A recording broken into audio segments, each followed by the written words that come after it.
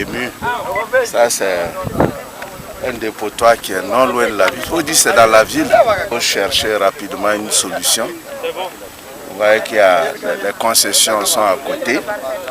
Il y a une voie, qui est très fréquentée aussi. La solution est à chercher rapidement.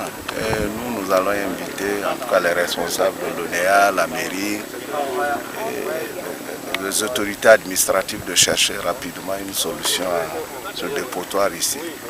En vérité, l'eau potable, c'est un vrai problème au niveau de Waïguya.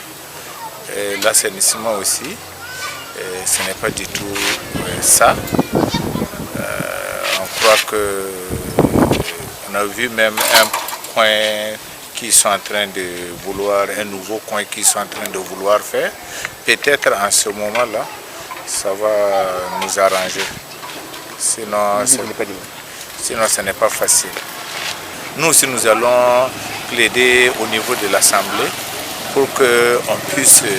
Vous savez qu'il y a plus de 50 députés qui sont dans le réseau et que nous aussi, si nous arrivons et on plaidoie un peu, peut-être que ça peut encore augmenter quelque chose dans le truc de l'ONEA pour que l'ONEA aussi puisse, l'eau et l'assainissement aussi puissent gagner quelque chose pour pouvoir arranger. Parce que de toute façon, on ne fait pas ça, ce n'est pas pour un seul individu. C'est pour le peuple, on parle de... Parce qu'à l'heure actuelle, là, il y a des députés qui sont à Bobo. Donc ce n'est pas Waïguya seul. Il y a des députés même qui sont à Bobo à l'heure actuelle, qui font le même travail que nous sommes en train de faire à Waïguya. Notamment parler à la direction régionale de l'eau, l'ONEA, le gouverneur et toutes les institutions que nous avons visitées. Je pense que cette mission nous a permis de palper du doigt le problème d'approvisionnement en eau dans la ville de Waïguya. Il se trouve qu'ici, on peut même faire 2-3 jours sans qu'aucune goutte d'eau ne vienne dans un robinet. On a pu le constater pendant notre séjour ici. Les sorties aussi nous ont permis de voir comment le dépotage des bouts de vidange et des déchets solides sont jetés ici. Vous voyez, quand on constate qu'il n'y a pas un espace spécialement dédié et même des mesures d'accompagnement, je veux dire un centre qui est dans les normes pour les déchets ici.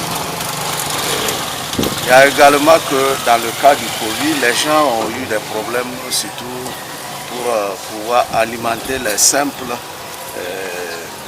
je veux parler des lave-mains. Mais quand on n'a pas l'eau pour boire, c'est difficile aussi d'avoir l'eau pour se laver les mains. On a pu constater cela. Ce que je puis dire, quand nous allons rentrer, nous allons déposer un rapport au niveau de notre réseau.